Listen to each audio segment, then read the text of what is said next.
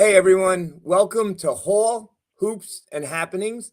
This is Nick from Milburn, and I am joined by Paul Justifan. Paul, how you doing, my friend? Good to see you tonight, Nick. Nice to see. Oh, Paul, I missed you last night. It's always a pleasure. And then Bill Hathaway, Bill from Orange, the unofficial mayor of Orange. What's up, Nick? How you What's up? doing tonight, man? I'm doing good. I'm doing good. I was at the women's game today, and I missed Yeah, you a no, lot. we couldn't make it because my friend Felicia's driveway wasn't clear out for 4.5 hours, man. Yeah, I was surprised. The crowd wasn't great, but it wasn't Okay. bad either. For a 1 o'clock start, and that snow was coming down pretty heavy. We got a lot. I woke up this morning, and Paul, how was it by you? You get a lot of snow? Yeah, over here in Rutgers country, Somerset, Oh, New boy. Jersey, we got about 6 inches of snow. Yeah. Wow. I mean, I gotta tell you, I woke up this morning and looked outside, and like it was crazy. And then Bill's like, "How are the roads?" And I said, "I don't know." And I know my wife got some calls from citizens, saying, "Stay off of here." This is, Right. because I know in Newark last night after the game, the city of Newark did a really good job icing because it was okay to get out of there last night, but then it came down really heavy, and I don't know if they were ready. Plus, it was a Sunday, so I don't know if they sense the urgency, but yeah. But at the women's game today, there was a good crowd. Coach switched up the starting lineup, Bill. Oh, really? Yeah, he went. Listen to me for 1 second. He went Mariana. He put Okay. He started Messiah. He started Jada, Savannah, and Zahara. So he Really? didn't. Yeah, he didn't start Jordana or Shaylin like he's been doing. So Yeah. he switched up the five. And Paul, there have been some tough losses. Oh, I know. I mean, I feel bad for that man because, they just 3 games or so, Columbia and Princeton, they just couldn't close down the stretch. And Yeah. it was tough. And he schedules tough. So Auburn coming to South Orange today. Auburn, Okay. what was Auburn's record, Bill, coming in? I think they were 8-1. I'm not for sure. Yeah, I think Auburn Paul, was if you coming can in look that up real quick, I'll if you look it can up look for you. that up, I think they're 8-1. I'm not for sure. So Auburn was coming in, and they were going to pose a little bit of a challenge, and I don't want to throw the word around or the sentence around must-win game, but there were Okay. people I were talking to, in the industry and around the team saying, this is a must-win game tomorrow. And in the press conference, coach said, I felt the pressure of this being a must-win game. Yes, I saw some of the post-game press conferences of the coach. He talked about Washington State coming in. I think they were a power for a team, and that's all I got of it. And he said he made changes, and that's what he's talking about. If he made lineup changes, Seton Hall has a tendency, if you could change it up once in a while, that is, I don't know if it's a key plus for the team, or it depends. I guess it depends on who you playing at the time. Say, Auburn, North Carolina State. You know what I mean? It depends who you're playing. So I was surprised what you just said. That coach switched it up. Usually goes with a stream lineup and with a strict lineup. But I guess he changed the monopoly around. Yeah, and I was a little surprised when I saw it, because Jordana, who's been giving him quality minutes, he didn't start her, and he didn't start Shaylin, and he started Messiah, and he started the girl I'm really high on, Zahara Bishop, and Zahara Yeah. ended up playing 30 minutes. She had a Yep. plus minus of 14. Okay, and what coach also did was he played a 2-3 zone to start out, and they jumped out like the men last night, 11-0. They jumped out to an 11-2 lead today. Exactly. I heard some of it at SOU. Yep. Yeah. So they played really well. But then, coach spoke that Jordana, when she came in the game, she had 14 points. She was 3 for 4 from the 3-point line. Yeah. But down the stretch, she hit a really big three. And he said he was playing with the lineup a little bit, trying to keep Jordana fresh at the end. And if that was his goal, that's what he did. And like I said, Zahara stepped up. Her stat line wasn't great, 3 for 11, 0 for 3 from 3. But just the intangible stuff, 4 rebounds, and just a very steady influence. And again, she had the best plus minus of the day at 14. But I would say if you were given a Bobby Blackjack Surge Sports Player of the Game, it would have been Mariana Valenzuela. Yeah, Valenzuela. Go ahead, Paul. No, it's just that Auburn came into the game 8-2. Seton Hall was 5-3, so you can see why it would be a big important game at that point. Yeah. And Seton Hall, you remember last year, didn't get that at-large bid that they wanted for the tournament, and part of it was they didn't have enough big wins out of conference, and they didn't have the 1 or 2 big wins in conference, right? That was the supposed argument, which I don't know that anybody in South Orange agreed with. So I think that go out and beat a team from the Southeastern Conference that came in 8-2 and is probably in consideration for it themselves has got to look good on the resume. Yeah. And then I think what happened with today is and that's why I think he had the pressure, the extra pressure on saying today was really a must win because it weren't going to be Washington State's on Tuesday. And then that's it. It's the big, back to the Big East schedule. And, and some teams like Creighton's down this year. So I don't know where you would get any of these other big signature wins. But, today, unless you upset like a UConn or something and then beat everybody else in the conference. So I think today, he seemed much more relieved and the team really played together. And I think they learned the problem was just closing out games. And I think they shot 6 for 12, they said in the fourth quarter. And they just played together. I think but Jada Eads got in foul trouble today. She only played 20 minutes. But stepping up was Natalia Hall Rosa, and I thought she contributed at the point for a while till Jada came back in the game. But it was a physical game, back and forth. Savannah Catalan is just so steady. She had about 15 points and 8 rebounds today. Yeah. And again, her and Mariana, I thought Mariana, like I started to say, Mariana played 38 minutes, 7 for 11, 4 for 7 from threes, plus minus 8, 20 points. Third game in her career that she has 20 plus, all with Seton Hall. So she's starting to really round into shape. Got to remember, she wasn't on campus till like October 1st. Yeah. From Mexico, transfer from Florida State. So I just thought it was just a very interesting game today. I mean, every women's game this year has been a battle, and it's been close. Oh, of course. They had 14 turnovers, though. They turned over the ball a lot today, I heard. 14 turnovers in this particular game, 18 points in the paint, 14 fouls. They were out-rebounded, 33-29. The field goal percentage was 42%. Free throws was 7 of 10. I think, Nick. Well, the fact that they only got the refs really, I mean, we took 10 shots, they took 12.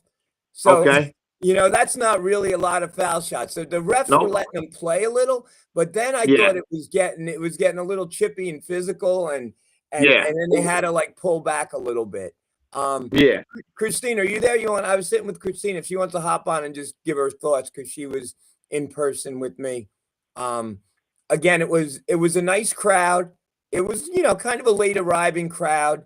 They honored Dana Wynn after the third Dana quarter. Wynn from Clifford Scott High School. Dana Wynn from Clifford Scott. They said from East Orange. Dana Wynn was like the queen of the double doubles. Christina, what are your thoughts of the game today?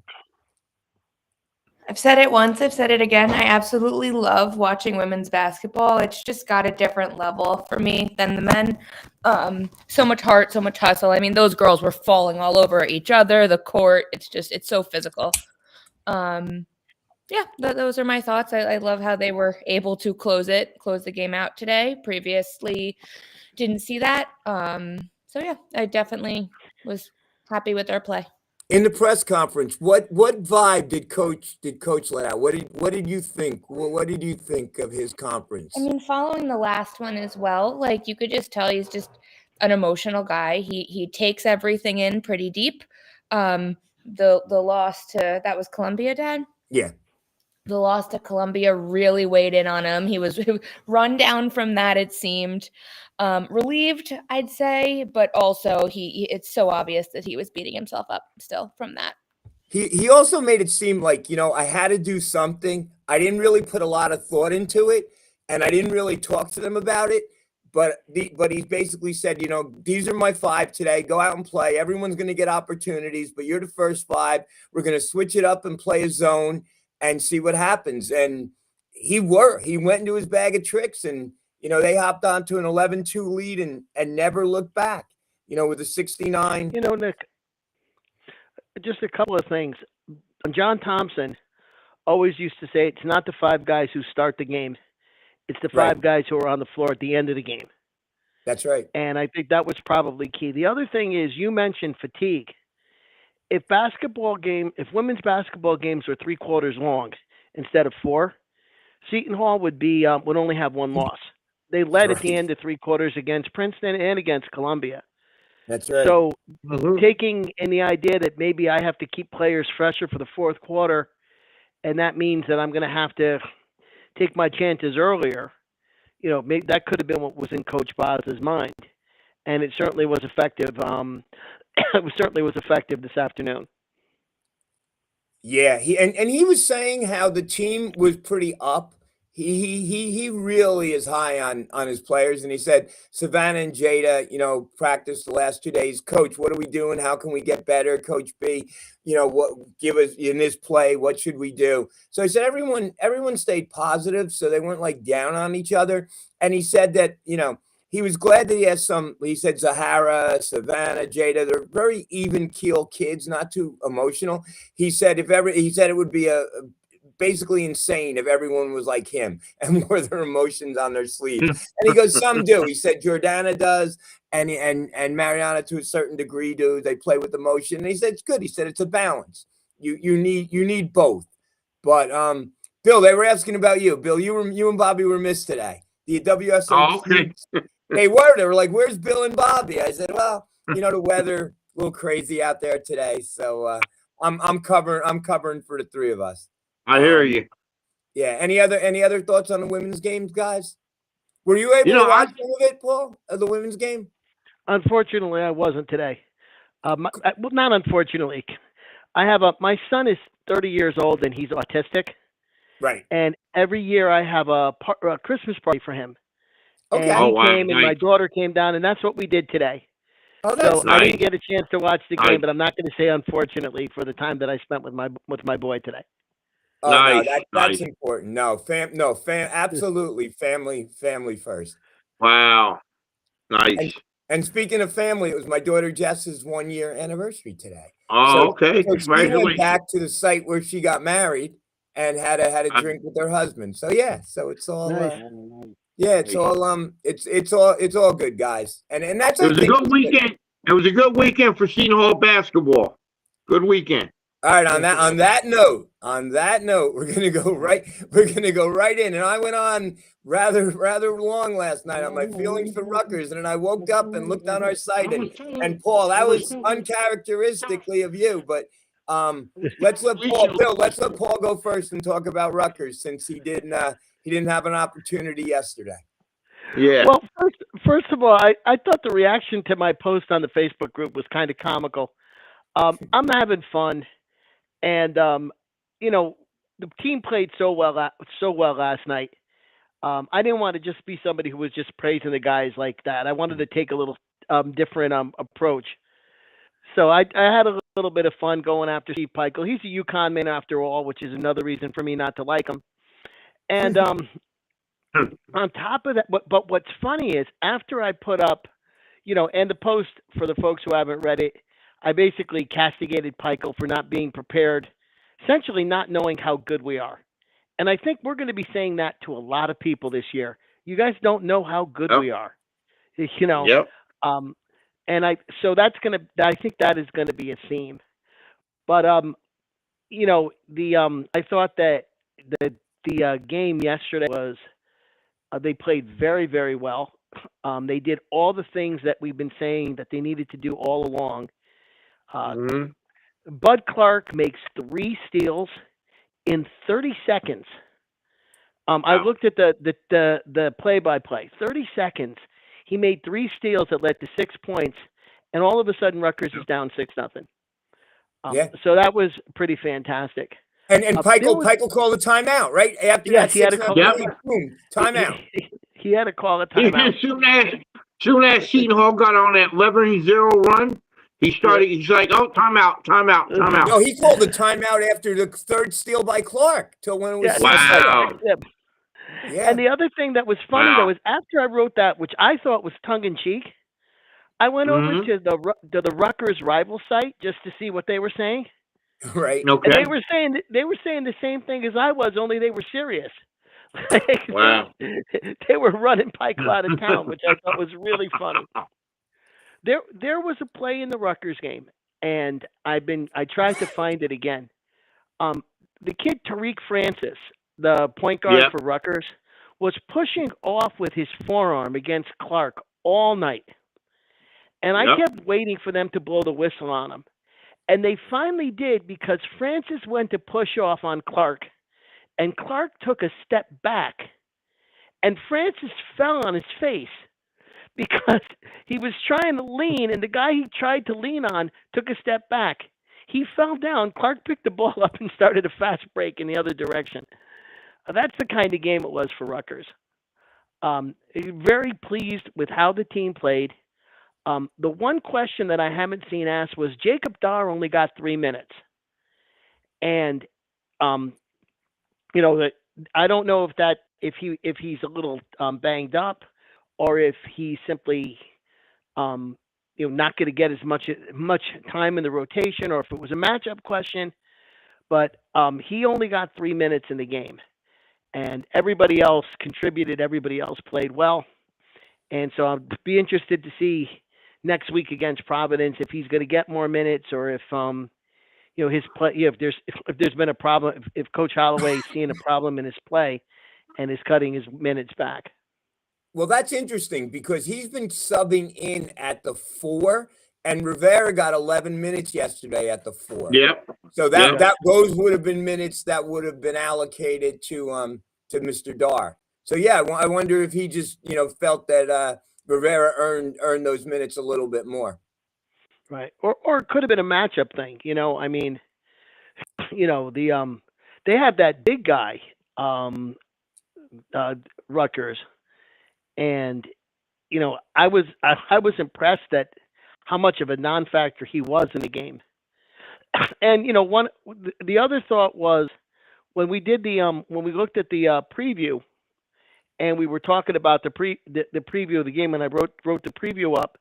Seton Hall, and I'm sorry, I'm trying to do two things at once. I said that the best player on Rutgers was and I'm just going to bring this box score up. The best player on Rutgers was Dylan Grant, and he has been the best player on the Scarlet Knights. Yeah, And Dylan Grant had 12 points. Yes, and but he 6 did rebounds. not score a basket in the first half. Wow. So they effectively took him out of the game for the whole first half. And by the time he got things going, it was a double-digit lead, and it was a double-digit lead the whole second half. And that's the second game in a row that they took the best player on the other team. They did the same thing with Kansas State, and they basically took the guy out of the game. And it's one thing. One thing they're playing this pressure defense, getting 20 points a game off turnovers. But on top of it now, it seems like they're able to effectively attack the best player on the other team, and if not shut him down, at least keep him from wrecking the game. So I was very impressed with that on the defensive end as well. I know we don't talk that much about it because we don't know the information, and I don't know if anybody read this. I did a little bit, and I get it behind these paywalls now. But Politi wrote an article on how schools are constructing their teams, and we had talked about this forever. And I don't know what our budget is, but whatever Shah had to spend, he spent it wisely because he put a quote unquote team together. Whereas last year, Rutgers just had two high priced, mercenaries, let's say, who only were around for a year. And that didn't work out. So did anyone get a chance to see that article, or at least the beginning of it from Politi? Now I didn't get a chance, but I seen it online talking about some money game, something about a money game. Yeah, that was it. That was it, Paul. Okay. Yeah, I didn't see the unfortunately, whole. I didn't read it though. Yeah, I haven't had a chance to take a look at it. What was interesting, another thing that was interesting, is wandering over to the rival side on Rutgers. We've been talking about NIL and how difficult it is for us to compete with state schools and Power 4 schools. All the Rutgers people were doing was complaining about how they can't compete with Michigan and Ohio State and the richer schools within the Big Ten.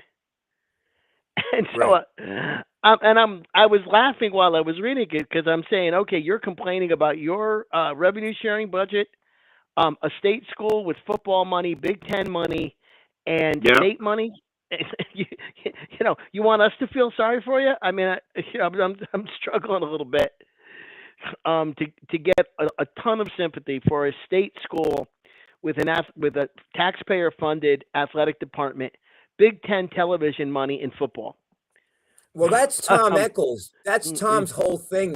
He said that revenue sharing was going to be a game changer, and schools that had football programs like Rutgers and who didn't have as much money as other teams in their conferences were going to have to pump a great deal of their budget into football, and that would benefit us, and that's what's happening, right?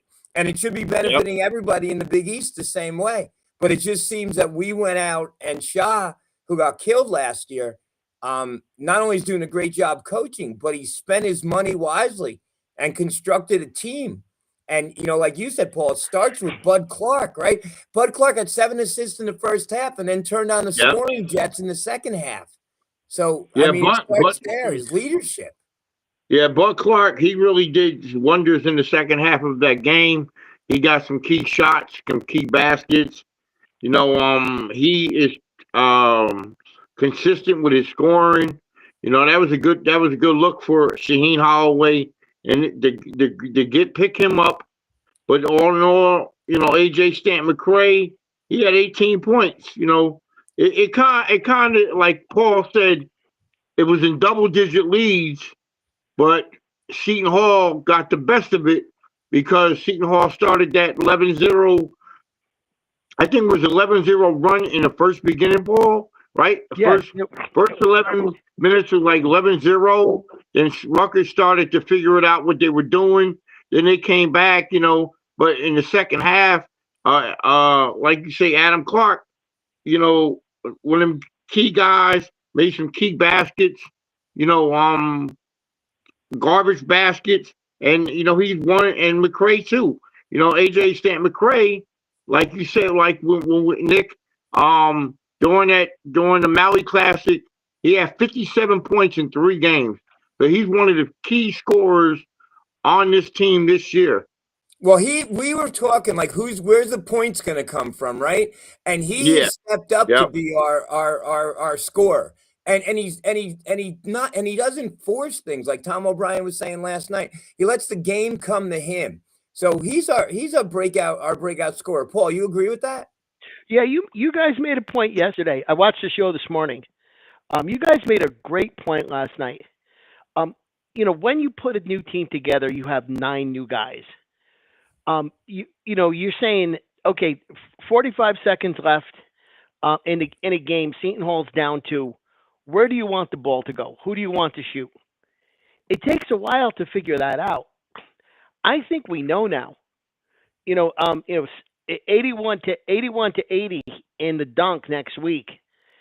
We're down a point, and I'm looking for McCray to run that that baseline. He runs that baseline cut, and he comes off the pick. Yeah, that's what I'm looking. That's what I'm looking for them to run, to get the shot. Either break him out to a 3-pointer where he can take a three, or get the old-fashioned 3-point play because he goes inside and gets fouled. He uses the rim so well to protect himself from the block shot. He did that a couple of times in the game last night. He really has emerged. And I find that surprising because I looked at his stats at Samford. He was never more than a 19, 20-minute a game guy. And you would think that a guy who's going to be this good in the Big East would be a 30-minute guy at a school like Stanford, but he has really come into his own. And So it is Shaw impressive. has seen something in these players, and that, whatever scouting he did, and he just saw something, and he's taken advantage of it. And then you got on the other so you have Clark at the point, who was at Merrimack, was a score first point guard. Now he's a distribute first point guard who can score. You got Stanton McCray, who is becoming our most proficient offensive threat. But then you got Williams, who's a tough defender and can also hit the three ball. So what do you think about Williams, Paul?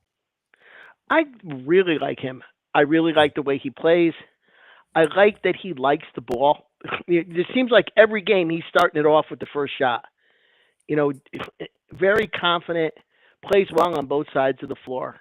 And again, he had come from LSU. He got himself caught into that numbers game. And I think he's really grateful for the opportunity. By the way, I had one funny for you, Nick. You're always talking about how you want to see Payne and Hines in a game at the same time, right? Yeah. What would be? It will never happen, and I'm fine if it doesn't happen. But it would really be fun to see a game where Trey Parker played point for 30 minutes, and they let Bud Clark play the 2. And just he could go out and score 30 points by himself because, he is such a good scorer, and he's given so much of that up so that the team will be better. Right. And last night, I really thought there were a couple of times when he was going to force up a shot and he didn't.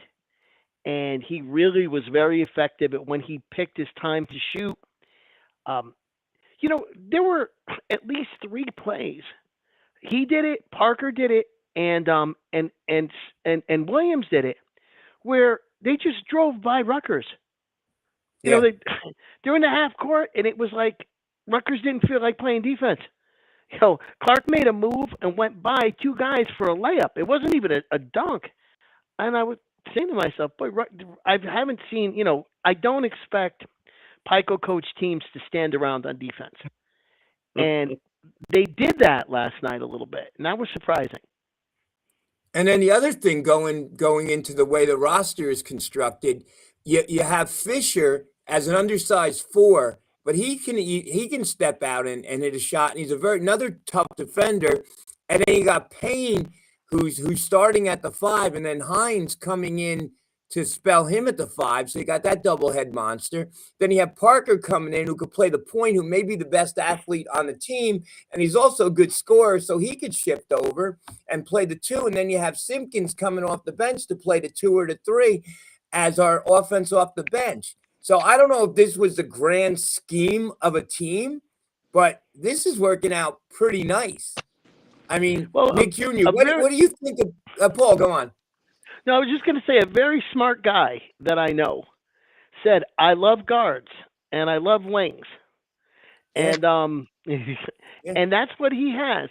And they have found roles for them. He has found roles for them. And it all, again, goes around. I just want to give a couple of stats, and then I'm going to let Junior talk. We are, in terms of giving up the fewest number of points, we're giving up 60 points a game. That's 6th in the nation.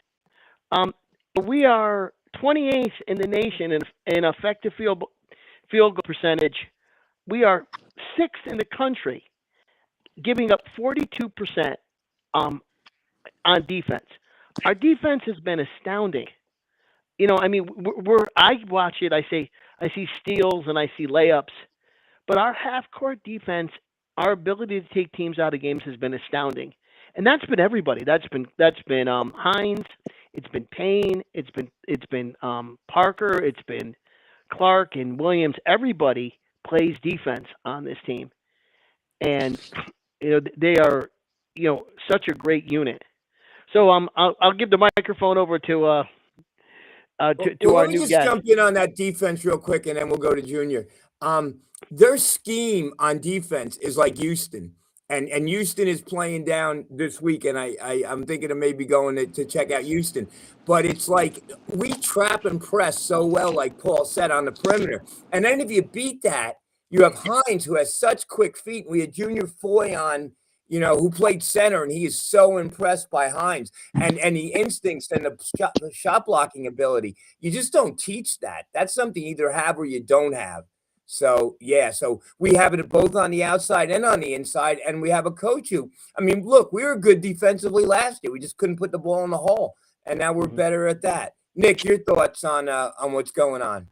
Hey, I mean, I know Paul was just talking about, like kind of just like how we played, how we got out and was running, and I think for me, like the main thing too is we can win in multiple kind of ways.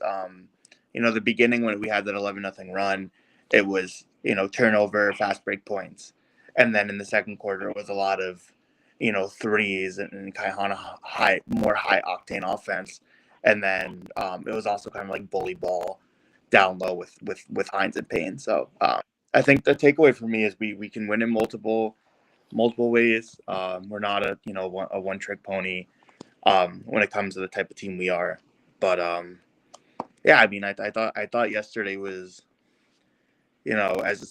beating your rival team pretty much start to finish. I know the Rutgers fans in the crowd had their moment a little bit, I think, in halfway through the first half, but as far as starting and finishing, pretty solid. I can't remember the last time that we beat Rutgers like that. I mean, that goes back to probably when I was in school till last time we really start to finish beat them, and I think it just shows where they're at as a program, but most importantly, it shows where we're at as a program. And I mean, I think Providence. I don't really know much about Providence, but that should be great. But I think there's a lot to celebrate, and whether or not we'll be ranked tomorrow, like my guess would be probably not, just because I feel like the win helps, but I think beating Providence would probably get us there. But it's exciting. I think every game in the Big East is going to be a dogfight. And on Tuesday at the Big East, it's DePaul goes to St. John's, and we'll learn something about DePaul and St. John's on Tuesday. St. John's ranked 22nd, and then Butler goes up to Paul's country up in Yukon, and Butler got escaped with the win over Providence, and we have Providence up there at the Dunk, and the Dunk could be a tough place to play. Those people are loud. So something about Providence, I haven't had a chance to really dig into their team, but they are 7-5 this year, and that sounds obviously mediocre.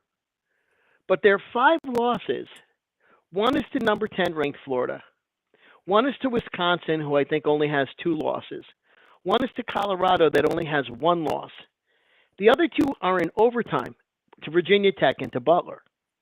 Right. So I believe the old Bill Parcells adage, which your record is you are what your record says you are. They're 7-5. That's what they are.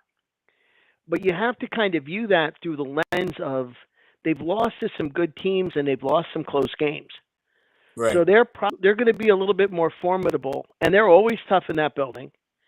And Neptune is coaching for his life up there, right? I mean, I think one more subpar season, and Providence is going to be looking for a new coach. So, I think that it's going to be any road game in the Big East is a tough game. To win a Big East road game is a test. premium. Those wins come at a premium, and if you could do them and start collecting Big East road wins, you're going to be in good shape at the end of the year. Yeah, I mean, the earlier the better. Kind of getting those, getting off to a start with those wins. But yeah, I mean, Providence is a very tough place to play. Their fans seem to show up regardless of their record. I know they're kind of like Paul, you were saying, they're kind of like in the middle. They've had good wins, bad losses, whatever. But it will be interesting. It'll be interesting to see what happens there. I think the Tuesday at Villanova, or Tuesday home against Villanova, a lot of people are going to kind of turn their eyes to that because I feel like we're both pretty similar teams. I know in the early kind of releases of Lenardi's bracketology, it seems like us and them are kind of, right in the same place with one another. But yeah, I mean, I think that should be really interesting as well. But yeah, I mean, Providence is a tough place to play.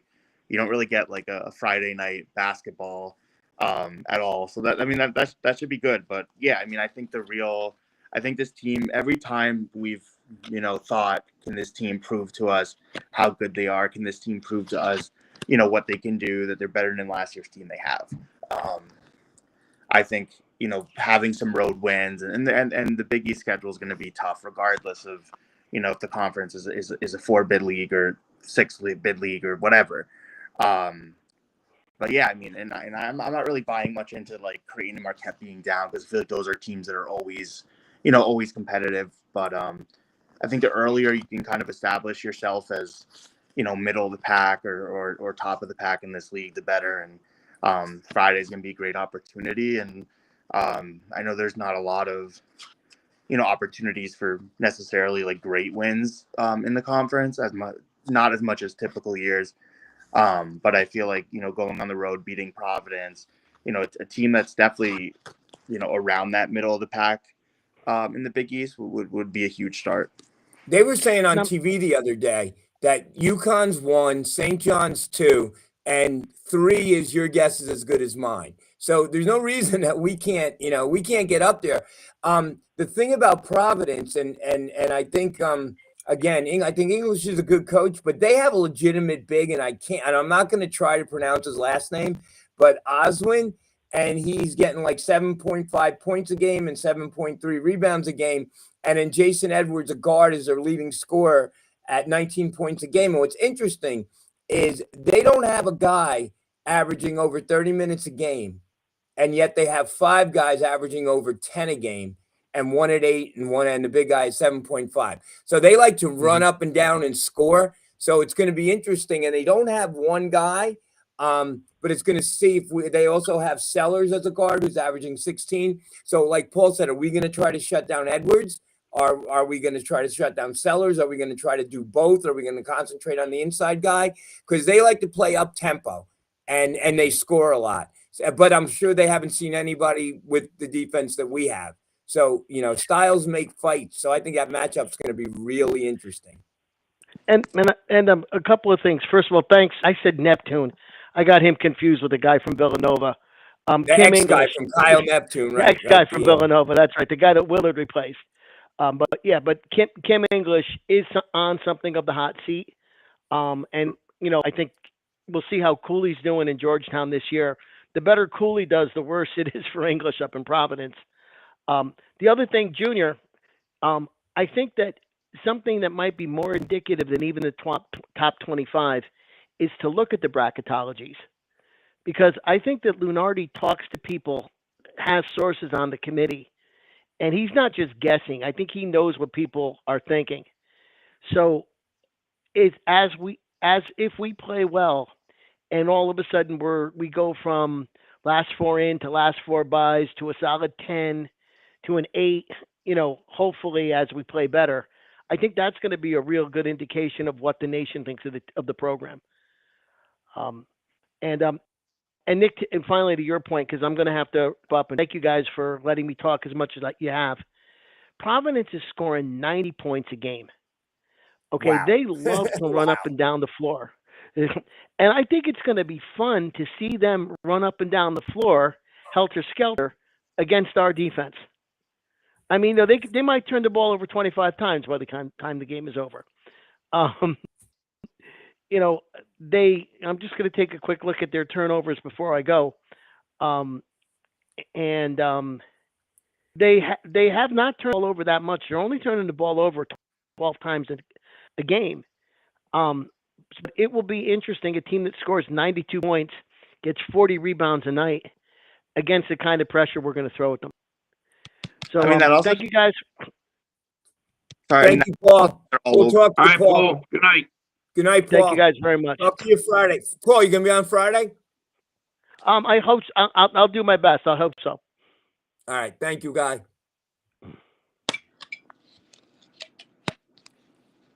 Yeah, I don't know. I mean, Nick, you and I have gone up to the dunk. Bill, have you ever been to the dunk? No, I have never. Nope. No, I haven't. Not an easy. Those fans. It's not an easy place to play at, as if you're a road team. Wow. But we had a good test at Kansas State, right? Yeah. I mean, if that game didn't get us ready for the Big East, I don't know what will. So again, though, you got to punch a bully in the mouth. So if they come out, running and gunning, and if we just shut them down and get a little lead and take the crowd out of it, didn't that Providence a game go into overtime, double overtime yesterday? Double overtime. They both scored in the hundreds. It was like an NBA game. Who they play? Butler. Oh, they started the East already?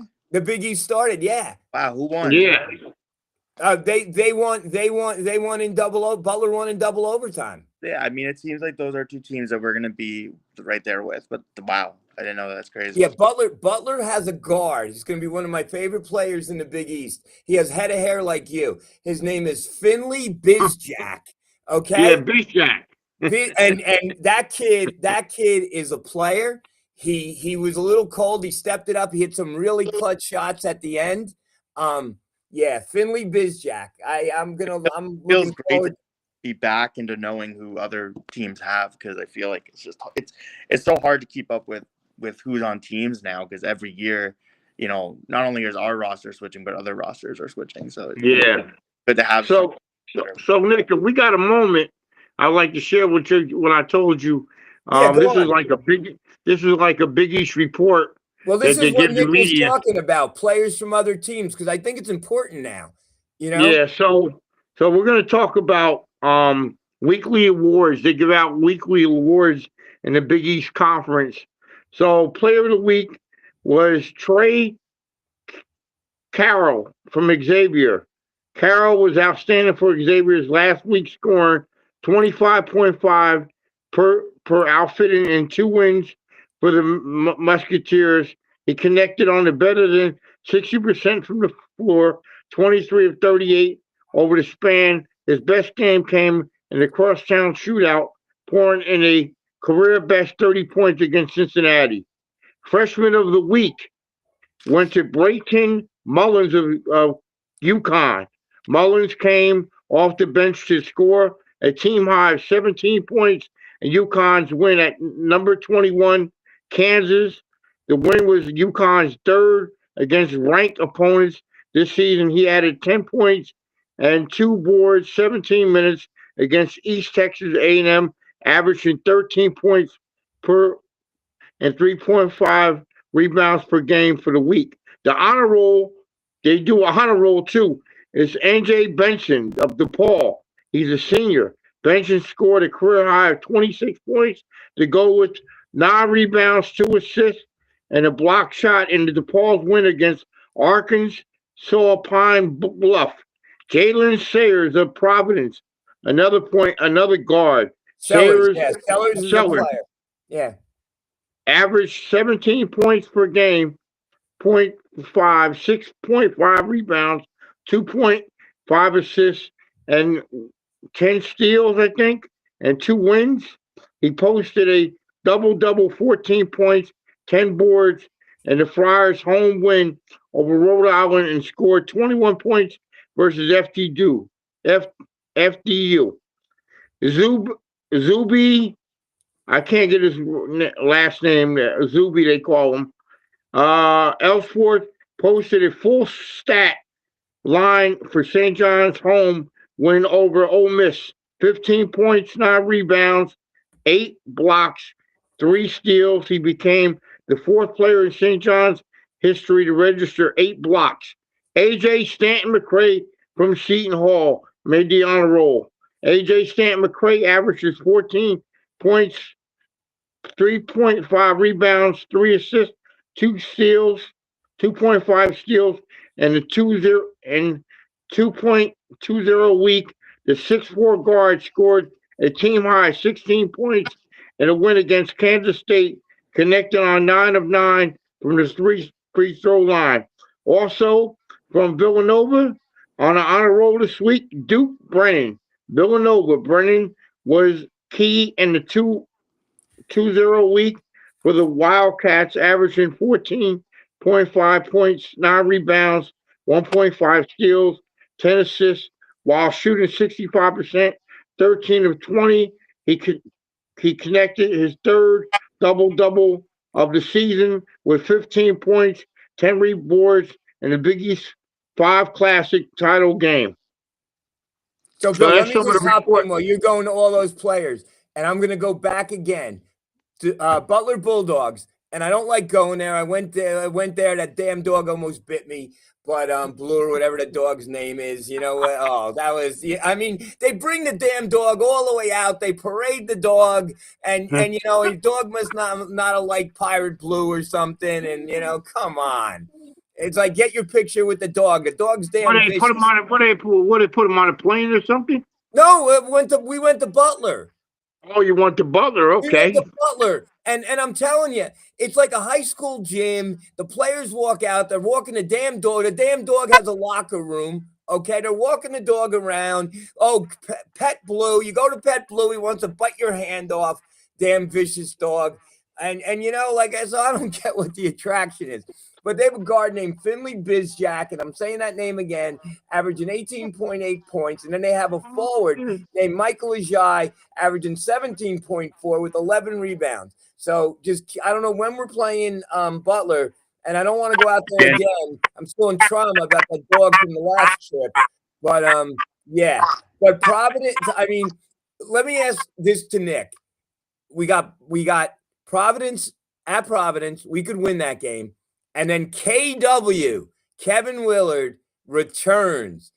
What kind of response, Bill, is KW going to get? Oh, I don't know. I really don't know. Are they going to be nice to him? Are our fans going to cheer Kevin Willard? They booed Kadari Richmond. So, Nick, what are they going to, I mean, what do you think is the response going to be? Oh, wait. I know. Wait, we got to get Bobby on. Oh, Bobby. Here's Bobby. Perfect timing, Bobby. What kind of response is Willard going to get on Tuesday? You guys give me the wrong question. You know I hate him. Well, that's why I said.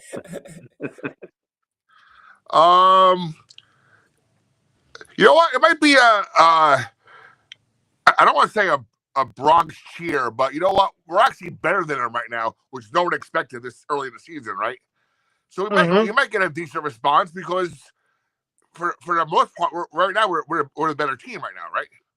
I mean, I love Kevin Willard. Kevin Willard brought us back to relevancy. I'm sorry, he turned the program around. When he came here, we couldn't have been any lower, and I don't want to get into that, but he took us up. And what do you think, Nick? Are you looking forward to the Villanova game? The reaction, I don't know what the reaction is going to be, but I mean, I'm with you. He should be cheered, or at least shouldn't be booed. You know, to win a Big East championship in a year where, I mean, the Big East was really tough that year. That Villanova team that we beat went on to win the national championship.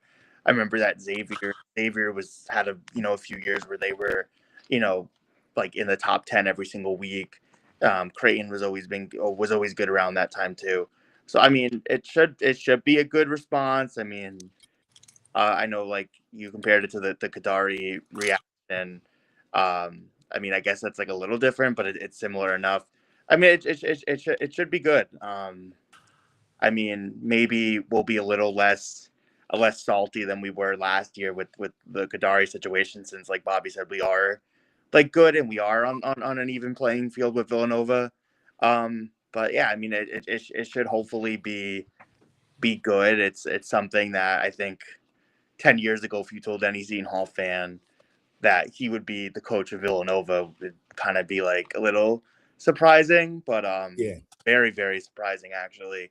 But yeah, I mean, it should be a good reaction, and I think the fact that, you know, the game itself should overshadow that. I think when we were playing St. John's last year, you know, the main story going into that game was Kadari, because on the court, that we knew the game wasn't going to be competitive, but because the game this year, should be a good game. I mean, this game is huge, potentially for early March when it comes to deciding who's making the tournament, because we're both very similar resumes at this point.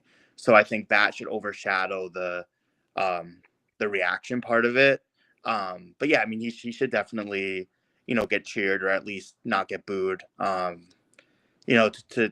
make the tournament, pretty much 4 consecutive years. It would have been 4 with the tournament, or with COVID, and then, make it his last year. I think that's, insanely impressive, for us and for the Big East, and the stretch where, Villanova was king in the Big East. The Big East was competitive up top. They were king in the country, right? They were king in the country. Yeah, that I think my junior year, so 2017, in the Big East tournament, we played them, and that was a very competitive game. So I mean, we played them better than anyone played them, period, around those couple of years. And I think that shows a lot about him. That shows a lot about the team he built. But yeah, I mean, I think it's going to be a really good game, and hopefully he doesn't get booed. I mean, I don't know what to expect. I didn't think Kadari should have got booed, and he got booed, but hopefully he doesn't get booed. So we'll see. I think you made a point. I think Willard is not going to be the main story. The game's going to be the main story, whereas the return of Kadari was the main story. And yeah, and it's a good thing. It's a good thing. It's a good thing to not have that distraction overtake the fact that there's a game to be played, and there's going to be a winner and there's going to be a loser, and it's going to be a game that the committee is going to look at in a couple months and say, like, okay, how did these two teams? Because if you say the Big East is let's say the Big East is a 4-bid league, I mean, you would think Connecticut and St. John's are 2 teams that should be locks, at least at this point. I know it's really early, but those other bids, like, we're going to be there and they're going to be there. Butler's going to be there. Providence is going to be there. A few other teams. But I think this game is as big of a December game as you have. I'll tell you, if our school had money, and we know we're kind of like, who knows if we do or we don't, probably don't. We're kind of on the lower end. I would buy like 20 to 40 Maryland fans to sit behind the Villanova bench. So they can boo him as much as we will. Well, they're the ones that really don't like him, right? Maryland really, They felt like he let them at the altar. Absolutely. Well, us too. Well, we got a Big East, Bobby. We got a Big East championship. That's major. And now all those guys that we beat are playing for the Knicks. I'll give you that, but the taste in my mouth with Willard is that awful NCAA game where they were not prepared and they were lost that game. They, as if they didn't even practice one play about what the opposing team was going to do against them. They were so unprepared and out of it. And I blame that on Willard. That was a good team. I mean, that was a really talented team because, you had Dre Davis, or no, you didn't have Dre Davis, but you had Gadari, and it was kind of a mix between, like, the Willard guys from, the late 2010s, like the Miles Cale and Jared Rhoden, plus you had Kadari on that team, and I think you had also had Ike on that team. So that was a very good team. I mean, that team went in Michigan when Michigan was top 5 and won. So I mean, that was a really good team. But you're right. I mean, that TCU game was just awful. Everything about that game was just awful. Thank you, Christina. Thank you. She supports me. Christina's always going to support you, Bobby. I'm telling all there's no doubt about that. There she is. Valid, but I was one of the ones that booed Kadari. I don't love Willard in this situation. You're a boo bird. I think you're a boo bird. I got a lot to say, but I don't know. I just felt like the way that he left us was just so wrong, and he spoiled the season. It's just not professional. Let me ask you a question. If he has some success at Villanova, is there a job better than this that he can get after this and do the same thing he did to 2 programs? It's money, right? I mean, I can't blame anyone for leaving for the money, right? And like I guess the guy who just left in college football, same thing, right? Like the the timing, they don't make the timing, right? Because you got to start NIL, you got to start recruiting. So the rules are what creates the timing. Because I think that's what bothers everybody. Like your season's not over yet and you're looking to go somewhere else. Right? Mm-hmm. Like that's the thing. Like no one could fault anyone. No one can fault Wilter or Kirby Smart or anyone for going to take extra money or who's the guy? I keep forgetting his name. The guy LSU. Right. That just took the job at LSU. Oh, Lane Kiffin. Lane Kiffin, yeah. Mm-hmm. So I just can't blame anybody for taking the money, but I don't know. It's the reality of it, and now kids have the same. I think the NIL has screwed college basketball all through the older the younger the smaller schools. NIL has really destroyed college basketball in a way that it hurts the smaller schools. Like Seton Hall, Bobby, we're getting hurt by NIL. Well, because not by Bill. Bill, we win our next 2 games. We're 12-1, and that's not out of the question. Yeah, I agree with that, but I'm just saying is NIL has constantly destroyed college basketball. If you're the smaller schools, the ratings of the tournament last year were never better. The product, people like the product. I understand. What agree with what do you guys feel about they're discussing about expanding the field for the big dance? Nick Jr. No, you don't like it? I don't like it because I think that kind of takes away a bit of like the specialness of it. I know they created that. I think they call it the Crown, where it's like Big East and Big 12 or whatever. I know what you're talking about. Yeah, they have it. It happened in Las Vegas. I think it just removes the specialness of it. I think the reason why college basketball is such a great sport is because you can have upsets that you can't really have in other sports. On a college ball level, the equivalent of a 16 seed beating a 1 seed would be impossible. So I think the field its current way, like it does put incentive, because you will have teams like a couple of years ago when we got left out and we really deserved to make it. So I mean, I think that the current field is good. Where it is, and if you start getting to like 70 or 80, I think that becomes a little like excessive, where now you're letting like what are you going to just let like the whole SEC in or the whole ACC in, like that kind of becomes a lot. Well, here's what I would do. Because I'm a thinker, right? I would do all playing games for seeds 15 and 16. That way, some of these mid and God forbid the micro majors, right? Can we call them last year a micro major? Micro majors. So some of these smaller schools get a chance to have a little highlight game, for themselves when it's 15 versus 15, or I would even do 15 versus 16. I would do something where get the smaller schools involved, get that hype up.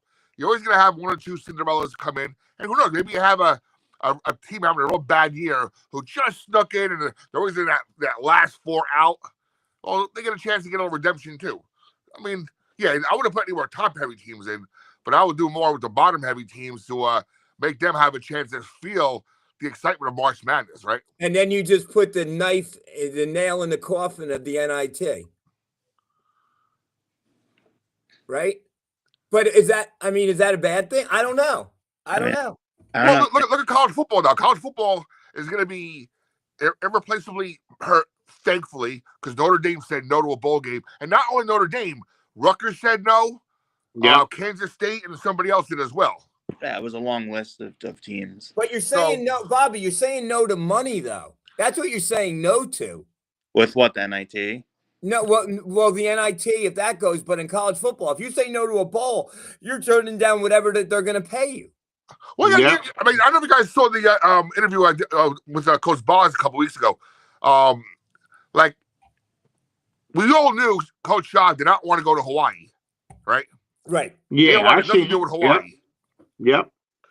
Maybe, and Coach Boz mentioned this during one of our interviews in the past. I don't know if it was the last one, the one before that, where that particular tournament is going to go downhill fast. They don't start offering money, prize money. Right. Who the hell wants to go all the way to Hawaii? Who wants to go to Anchorage, Alaska? And there's nothing. Exactly. There's no more. Well, we go there. We got our TV. We get showcased. No, now we want money so we can go to the next level. By the way,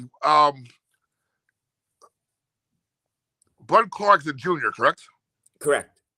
Yeah. Who's the kid coming in next year? Is he a point guard or is he a shooting guard? Oh, yeah. Well, The- got to remember next year Felton's probably going to end up being redshirted, right? So he'll be back. And then the guy Money, his name. Yeah, Money something. He's the guy. Money something. Is he a 1 or 2? I think he's a 2. By the way, I don't know if you guys saw it at the right after the trophy presentation. We got the trophy, some pictures, Yeah. of walking off the court. Yeah. Somebody dared Felton to take a 3-point shot, right before they went into the locker room, and there he Wow. is. He just took the ball, swish. Wow. Yeah. Oh, like I said, we have a big week coming up. By the way, I missed today's game. Nick, how was the game today? Yeah, we were talking about it, Bobby. Coach seemed very relieved, and Christina might want to hop on again. Coach seemed, and Bobby, the WSOU kids, where's Bill? Where's Bobby? I swear to God, Aw. there was no one. There was no one in your seats. I texted Coach after the game. Coach, great win. I'll see you Tuesday night. Yeah, And we're probably doing a show on Wednesday. So yeah, I'll now, probably. like I said, that snow came out of nowhere. I drove home last night and it was snowing, but nothing was sticking. Then all of a sudden, I don't know. Now again, first snowstorm of the year. My town did crap, plowing wise. So it was. Again, I'm getting older now, man. I don't like driving in snow anymore. No, I was. Christina drove home last night, and when we left, I didn't even know how that was going to be. But the city of Newark did a pretty good job of icing, so that wasn't too bad. Yeah, 21 wasn't too bad. Both got off again, but the townships, who knows? But yeah, it was a good win for the Lady Pirates. Again, the team that was 8-2, right? They're 8-2. If I'm not mistaken, Yeah, 82. Yep. Now they are. That's a good win, and even the announcer said that's a quad 3 win for them, and all they have is quad 4s right now, so it's going to help them in their resume. Bobby, so Bobby, just so you know, he switched up the starting lineup. Oh, and yeah? Jordana and Shaylin didn't start. He started Zahara, who ended up playing like 30 minutes and had a plus minus of plus 14, and he started Messiah. I did watch the game again. The reason why I was on the show, I'm a big fantasy football guy. Today's the playoffs, my big league. I'm watching every point, everything. I got 3 TVs going on, my phone, my iPad. Wow. But I was watching. I don't think it distracted me today from fantasy football. Was watching the women play. As I was watching the game, and how many fans were there in the It wasn't awful. It got more it wasn't normal, but there were still a couple of youth groups there, and they honored Win at end of 3/4. So it was I would say it was a respectable crowd for a snowstorm. Very respectable. By the way, hopefully during the Nova game when we honored Jerry Walker, hopefully I can bump elbows with Terry DeHarrigan and remind him that, hey, we want to come on our show, because he said he would come on before we had a show. I talked to him at the actually it was Coach Shaw's introductory news conference at the in the gym. Yeah, and I think it's cool that like former players Dan Dunn and Junior Foy are hopping on our show. I think it's cool. I think it gives us something that no one else has. Bobby, were you able to read the Star Ledger article today from Politi? He wrote not yet. Yeah, he wrote about how we constructed our team and it's the way to go. And I don't know, Shaw, obviously with the results, he put together a team. He just didn't go after big players. And I'm hearing that Isaiah Coleman isn't getting a lot of minutes at Oklahoma State. Chasing that money. Like, can you imagine right now? Again, I don't want to knock the kid. I loved him when he was here. He graduated. He has a degree. He's a Pirate. Like, where's Kadari right now? Right? I think someone said he's in the G League. He is playing? Wait, is that what they said last night? No, or someone else is in the G League. You mentioned Dre Davis. Dre Davis is in the G League. Yeah, the one guy on Nets. Well, I don't know where Kadari is. I mean, like I said, money talks. No matter what level you're at, money talks. If someone offered us $1 million to do a show somewhere, We're going, right? We do it. We Someone do it. offers Bill Hathaway $1 million to be on CNN. He's gone, right, Bill? He's gone. Forget it. Who's that? Ah! I said somebody offered Bill Hathaway $1 million to go on CNN to talk politics. He's out of here, you know. Oh, I take the money and come back to the show. But you know, it does happen. But you know, Isaiah Coleman though, at least Kadari, we knew Kadari was like he had that potential of going Right. to the NBA. Yeah, Kadari Richmond was jewel for Seton Hall. You know what I mean? He was Isaiah Coleman was guy. a nice player who never was that guy. Kadari was that guy. Yep, sure was.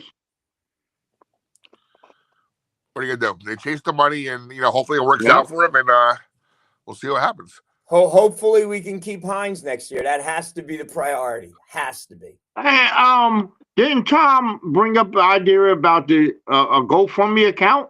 I don't know if you could do that though. Like, there's a lot of legalities on this whole NIL Okay. stuff. We got to jump the gun and make a Duncan Hines shirt. All of the profits go to his family. Speaking, did those shirts come out, Nick, today? Oh no, Christina and I went by the bookstore. It was closed. She looked online. I want one. I want one. I think it's online.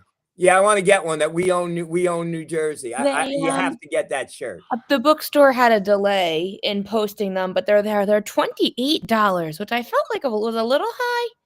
But you know, The bookstore is going to have them tomorrow. it's online. You could order it online. So they probably don't have them in the store yet. They said they're going to have it in store this week. I don't know what day that is, but Wow. Okay. Christina, are you in bed? Yes. It's 7. It's 8. Oh, all right, 8 o'clock. I'm sorry. I thought it was earlier. I was my father's driver, videographer, producer.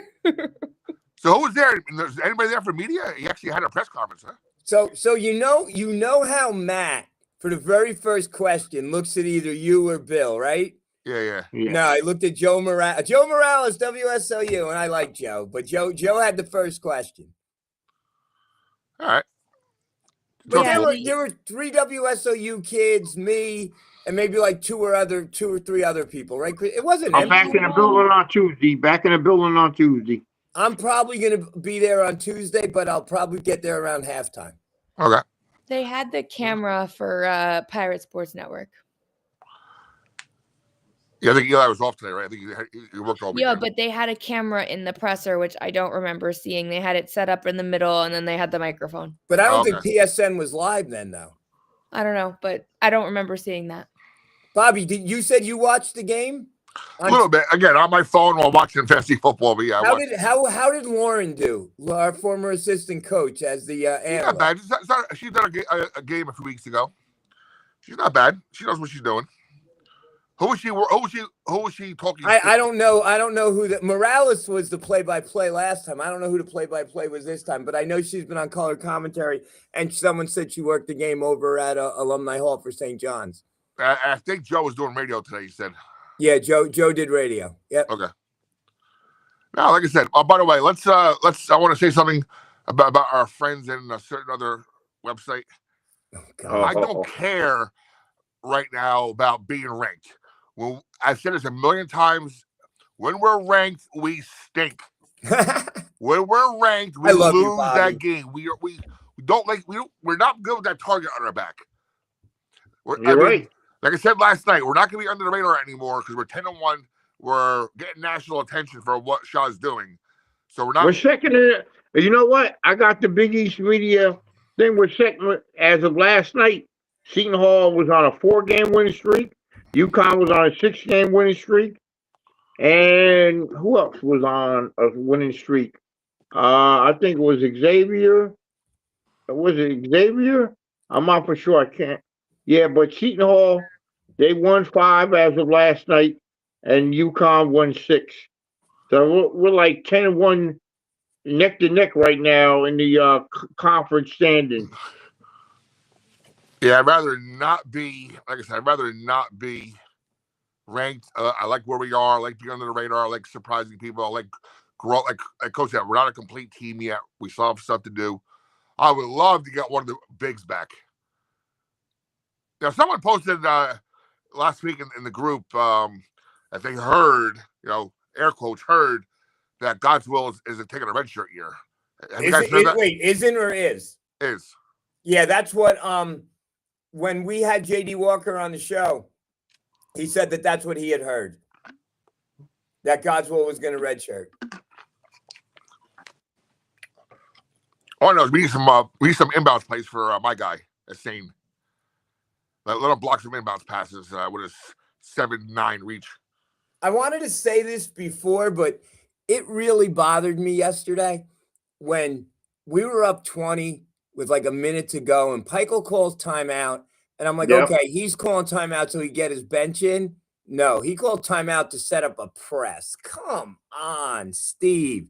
That was insane. But I thought about your guy, Bobby, because then if he brings in his guys, then we're going to bring in Gabriel. We're going to bring in the big guy. I don't know. It's just like Peichel just seems to be, I don't know. I want to talk to Paul about this because Paul wrote something on the Facebook page. I mean, he's frustrated. He's very frustrated. The fact that he had 2 kids, right, to go to the lottery and didn't make the tournament. That's never happened before. Yep. Yeah. Then he was talking about in the presser, Bobby. They brought up that was it this home away series, and Shaheem was like, "I'm not doing the." I think something got misinterpreted or misconstrued during some of the questions from the media. Yeah. About there's no way you're going to play a team 3 times. So I guess what we're trying to say was, like we mentioned last night, was instead of having the guards say Hardwood Classic as one game, let's just play each other twice. One home, one away. And then someone said, join the Big East if you want that to happen. Yeah, you want that to happen. It's a coach said. The coach actually said, if you want to play like that, you come back to the Big East, because I looked it up here. Rutgers was in the Big East in 2004. They won the Big East, and they were there from 1995 until 2013. Am I right, Nick? You know what? That I wish they never let Rutgers in the Big East. That was a disgrace. I'm sorry. Mr. Regan never wanted Rutgers in the Big East, but it is what it is. Yes, Rutgers was in the Big East, correct. Okay. And then they left for football money. Yep. And they've been in the same spot since. They've been in the same spot since, Yeah. Well, one thing I want to mention, I want to just preface the story right now. I want to talk more about this when Paul's on the show, because I know Paul's really into this kind of stuff. I was reading an article yesterday on CBS Sports. More on the football side of things, I believe, but the Big 12 just signed an agreement with private equity for like $500 million. I saw That's the wave of the future.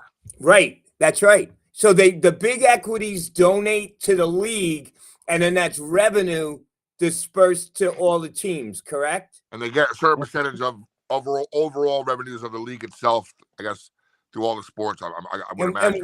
But Bobby, what do the equity firms get in return? Sponsorship? No, they got a stake in the league. Hold on. Because that's a game changer. Mm-hmm. But then, like Bobby always said, we're in the metropolitan area with Wall Street. So, could that be something advantageous for us to consider? Yeah, we should, right? But I mean, again, that's Tom Eccles, and that's Paul. That stuff, that's not me. I have no idea about all that stuff. That's wrong. College football. The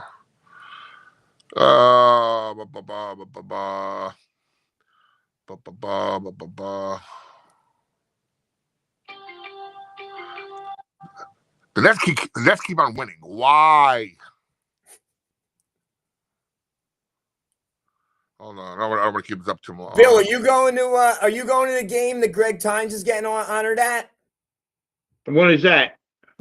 It's the third one. I forgot the date, but it's Walker is at Villanova, and then Tynes. Yeah, I'm going. Absolutely. Awesome.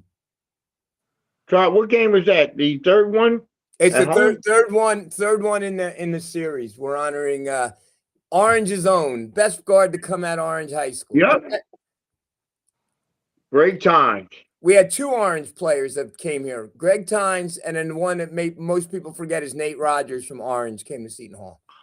So basically, last year she was supported big to ensure the league's long-term financial and competitive security. It would have been like 15 to 20% stake in the league itself. Wow. Mm-hmm. Wow. So that could be the wave. That could be another way for us I mean, obviously the Big Ten are looking at the same thing on a much bigger level than the Big 12. But I would say the Big 12 is maybe a little bit above us because they have a pretty decent football schedule, but they're also predicated on basketball as well. Yeah, that's the future. That's something we can discuss, especially when Paul and Tom's on, like you said. Bobby, let me ask you this before we go. Yep. Because I've been hearing, I was at a meeting and some guys were busting me because they knew I was a Notre Dame guy. Do you think Notre Dame snub, was it more, see, they're saying Miami beat Notre Dame, so Miami deserves that. And then the league is going to stick up for Miami because they're actually in the league.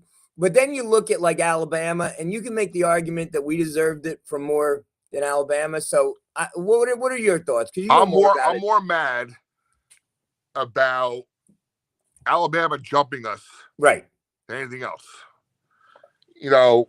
Are we a better team right now than the team that played Miami game 1 and lost by 3 points with our freshman quarterback and the heat and humidity? Absolutely. But I think there's no way in hell a 3-loss Alabama team should have jumped us to be there. Why? Because they're SEC. Because they're Alabama. Enough of this, enough of this, league bias and whatnot. Miami should have been in there, but so should have we, and Alabama should have left out. The other side of the coin is the 2, group of 5 schools at 11 and 12, who most people think have no chance in hell. And why are they? I mean, one is contracted to be there, but because of that Duke win, the other one snuck in. So if they snuck in, why couldn't we sneak in? Right. So now everybody's pissed off the fact that we have this memorandum of understanding that if we're top 12 next year, no one can bump us out. And everybody's pissed about that. Wow. Hey, you know what? I go a lot of rumblings that Marcus Freeman's coming to the Giants. No, stay away. No, Marcus Freeman's a good coach. I mean, I want you to win a chip first, and we're so close. We have 5 5-star recruits coming in from. I would encourage anyone not to go to the New York Giants at this moment. No good coaching. No good culture. They need a young guy. Well, no, they should have won that game today. No, Marcus Freeman would be a very good coach for the Giants, but we want him to stay at Notre Dame. I want him to stay and win a chip first. Yeah, win a chip, championship. Become a god. Get your statue in front of the stadium there, and do what you want. But there's even some slight whispers, though highly unlikely, that Jeremiah Love stays in the year. I heard that. I heard that with the NIL money, they could kind of wet his whistle a little bit. Yep. So we'll see, but I'm very disappointed. I know the games start next weekend. I don't know. I'm just heartbroken that my team's not there, and then they have all the Penn State people go, Notre Dame don't belong there. Your team stunk all around. So yeah, they're playing in a Pinstripe Bowl, right? Yankee Stadium. Yeah. Clemson, right? Ooh. What kind of bowl is Yankee Stadium in 20-degree weather? Come on. Well, that and they have the Fenway Bowl too. That's insane. That's even worse. It's colder up there. Yeah. The Pinstripe Bowl. The only cold bowl they should have, and they've had it for a while now, is the one up in Boise because it's the blue turf. Yes. Everybody loves that blue turf. Yep. Other than that, no cold bowls. Nope. Or indoors. All right, fellas, any final thoughts? My final thoughts are Seton Hall program, the men and women had a good weekend. Hopefully Seton Hall can keep up their winning ways. coming this week against Providence, and against Washington State for the women. Well, final thoughts. I don't think Friday's gonna be an easy game. In fact, I think they both play Friday night. If I'm not mistaken. Now, Kansas. Oh, I'm sorry, man. Washington State we play Tuesday, women, and Providence we play on Friday night. But when the women play again? 6:30. I don't know when the women play again though. Bobby might be right. Where's my little magnetic thing? I don't have it in front of me. I think the women play again. I think they play on the road again on Friday. I think both teams are on the road Friday night. I was thinking of going there. I like the Dunk, but I don't know. It's a nice train ride up there, but I don't know. Oh, the 16th. The 16th. This week Tuesday we play Washington State women. Then they play Villanova on the 18th. So Thursday night. Where's the so. Villanova game? At Villanova? Yeah. I think there's only one home game this week. Yep, one home. Yep, he's right. Okay, Yeah, good. we're getting there. God, you gotta feel for like a Washington State. Why do you come all the way out here for?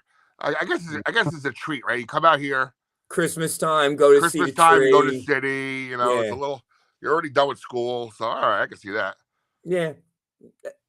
But to come all the way over here for one game, unless they have another game, unless they're playing another New York team. Well, it's very, very ironic how, again, this was totally not set up the way it happened, but we ended up playing NC State, right, in the tour in Hawaii. They play NC State. We ended up playing Washington State in the third place game. Yeah, and what's the odds? Right, and they're coming out to play us, the women. In the, what's very, the odds? Yeah, if you read the tea leaves of the universe, that's kind of a odd thing. Yeah. Nick from Melbourne, any final thoughts? Just that, love doing this show with you guys. It's a family. Nick came on, Christina came on, Paul's, it's not the same when Paul and Bobby aren't on. So when you stepped on, Bobby, we upped the game a lot, and it's just fun. We just have a very talented group, a good ensemble. We have people watching, people checking in, and and we all share in common that we love Seton Hall basketball, both men's and women. So it's a good thing. I don't have plans I don't have plans Thursday night except football maybe, but if I make the next round. But if you want to do a pregame show for the Big East opening, maybe we'll figure something out for it. Not a long one, maybe a quick half-hour show or something. We'll figure it out. Yeah, that might be a good thing. Absolutely. All right, gentlemen, it's time for dinner, my late dinner, because I watch football all day. Too. Yep. Good night, guys. Thank you. Good night, guys. See you See you guys Tuesday night. See you Tuesday. Certainly will. Bye-bye. Thanks, Christina.